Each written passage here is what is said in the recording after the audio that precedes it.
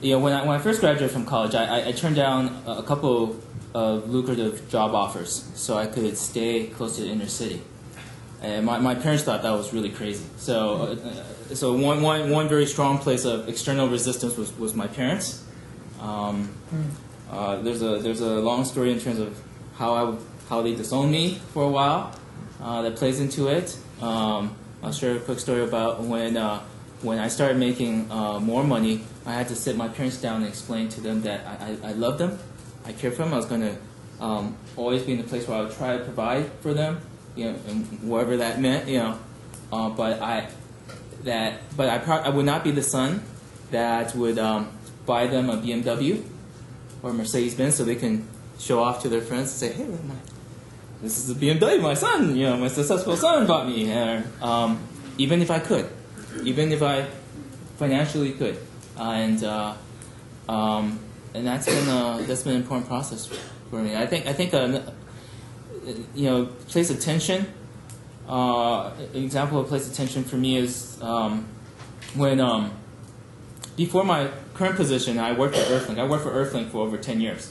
As VP of engineering and other positions before that. I was recruited at Earthlink back in '96 when it was just a startup. It was operating out of a dentist's office. Okay? I mean, it grew to be a $1.5 billion business, but at this point it was just in the dentist's office. And I was working at JPL at the time, running the computer systems for Cassini and Galileo, and Earthlink came to me, and we're in third rounds of interviews. And it's looking really good. I'm really excited about this company. I think they're going to make it. I mean, they're right in the dentist's office, but they're going to make it. And at this interview, I say, wow, this is great. I really think this company is going places, but I need my hours to be from 7 a.m. to 3 p.m. so I can get back for some after-school Bible clubs that I'm involved in. Okay. Now they look at me like I'm crazy. Okay, you have to remember this is the early days of the internet. We were, they're like look around. There's pizza boxes piled to the sky, Mountain Dew cans, sleeping bags. I mean, these guys don't get up until midnight. They're putting the internet together, keystroke by keystroke, and they're looking at me like, who are you? What planet are you from? We're an internet startup, like.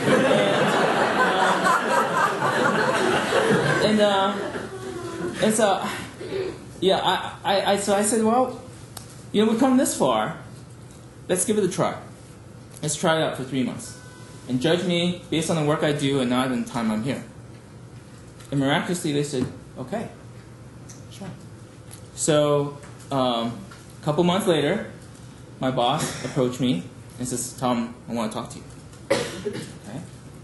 They said, "We'd like to give you a promotion." Well, that's fabulous. I would love to have a promotion as long as you understand that my hours need to be consistent.